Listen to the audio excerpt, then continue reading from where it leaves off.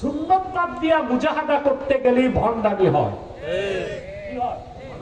যেমন অনেক পিসাব শুনি জঙ্গলে গেছে 3 মাস গোশত খায় না। গোশত একদম ছেড়ে দেওয়া সুন্নতের খেলাফ, আর বেশি বেশি গোশত খাওয়াও সুন্নতের খেলাফ। কথা বলেন, আপনি যদি একদম গোশত ছেড়ে দেন এটা সুন্নতের আমল হবে না, সুন্নত বিরোধী কাজ। কারণ শক্তি পাবেন না, পরে তো দাঁড়ায় ফরজ নামাজই পড়তে পারবেন না। আবার প্রতিদিন গোশত খেলে আপনার হার্ট অ্যাটাক হবে, ব্রেন স্ট্রোক হবে। হাদিস শরীফে এসেছে আল্লাহর হাবিব সাল্লাল্লাহু আলাইহি ওয়াসাল্লাম ইরশাদ করেছেন, খায়রুত তাআমি ফিদ দুনিয়া ওয়াল আখিরাতিল লাহমু। দুনিয়া আখিরাতের সর্বোত্তম খাদ্যের নাম গোশত। এজন্য গোশত খাওয়া কি সুন্নাত, কিন্তু ডেইলি খাওয়া কি বিদআত।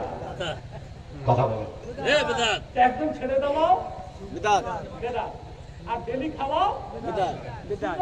একটু একটু মাঝে মধ্যে খাওয়া সুবহানাল্লাহ বলবেন না? ডেইলি যদি গোশত খান তো হবে কি, ইমাম শাফি বলেছেন ইন্নাল লাহমা ইউসাক্কিলুল কলবা। প্রচুর গোশত খেলে এটা অন্তরকে শক্ত করে দেয়। তখন আল্লাহর ভালোবাসায়, তার হাবিবের ভালোবাসায়, আখিরাতের চিন্তায় চোখে আর পানি আসে না। তাহলে সুন্নত মোতাবেক চলার চেয়ে বড় কোনো মুজাহাদা নাই। বাংলাদেশে অধিকাংশ পীর সাহেব অনেক ধনী, এটা জানেন? কথা বল, অনেক ধনী, বাড়ি গাড়ির অভাব নেই, কিন্তু ওনাদের পোশাক আশাক দেখবেন খুব কম দামি। কারণ একটা রীতি হয়ে আসছে যে এটা মুজাহাদা না।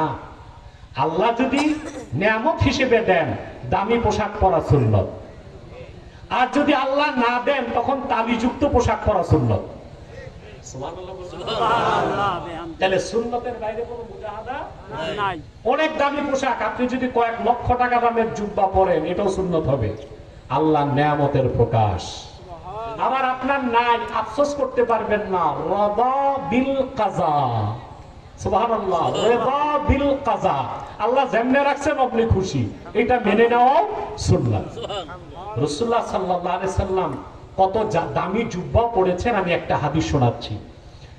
ইমামে বাগাবী তাফসীর বাগাবীতে লেখেন, নকল করেছেন, খারাজা রাসূলুল্লাহ সাল্লাল্লাহু আলাইহি ওয়াসাল্লাম ইয়াওমান ওয়া আলাইহি জুব্বাউন কিমাতুহু 4000 দিরহাম।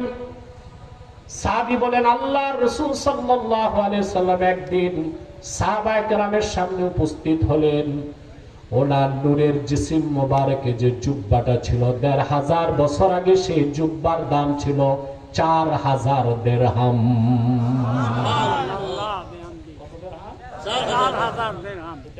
বছর পরে কত লক্ষ টাকা হতে পারে আপনি চিন্তা করে দেখেন। হাদিসের ব্যাখ্যা আসছে ওই যুগের কোন এক বাদশা রাসূলুল্লাহর খেদমতে ওই জুব্বাটা হাদিয়া করেছিল।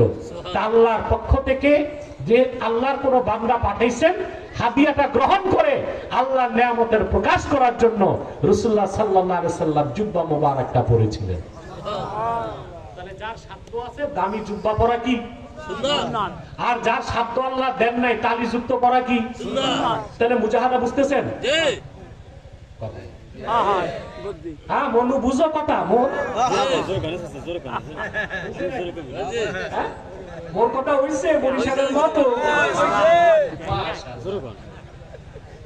আমার মাদ্রাসায় বরিশালের ছাত্র, নোয়াখালীর ছাত্র আর সিলেটের ছাত্রদের আমি খুব ত্যাক্ত করি, ওদের ভাষা বলি।